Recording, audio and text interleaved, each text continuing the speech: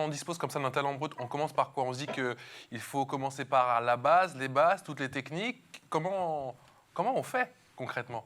Comment on la guide? Ben, à vrai dire, il y a pas vraiment un guide. C'est en elle.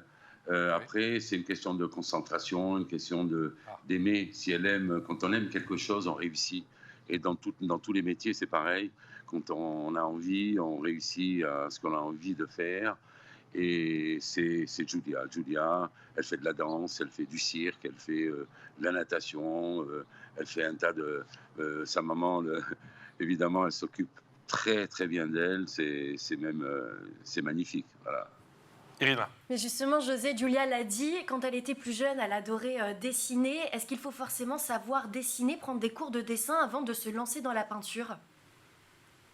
Euh, non, on n'est pas obligé, mais c'est bien quand même de prendre quelques bases au départ, des profondeurs, des dimensions réelles et ou irréelles.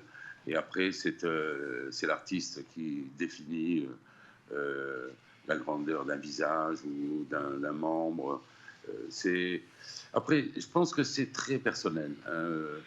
Moi, je laisse faire au maximum, je donne quelques idées, et après, c'est l'artiste ou l'enfant qui définit ce qu'il a vraiment envie de faire. Et souvent, on est surpris par le résultat.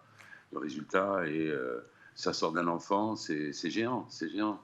Moi, je suis même surpris par moments, je me dis, est-ce possible de pouvoir avoir ces idées? Mais ça part du cœur, je pense, de l'intérieur. Le cerveau, il fonctionne différemment.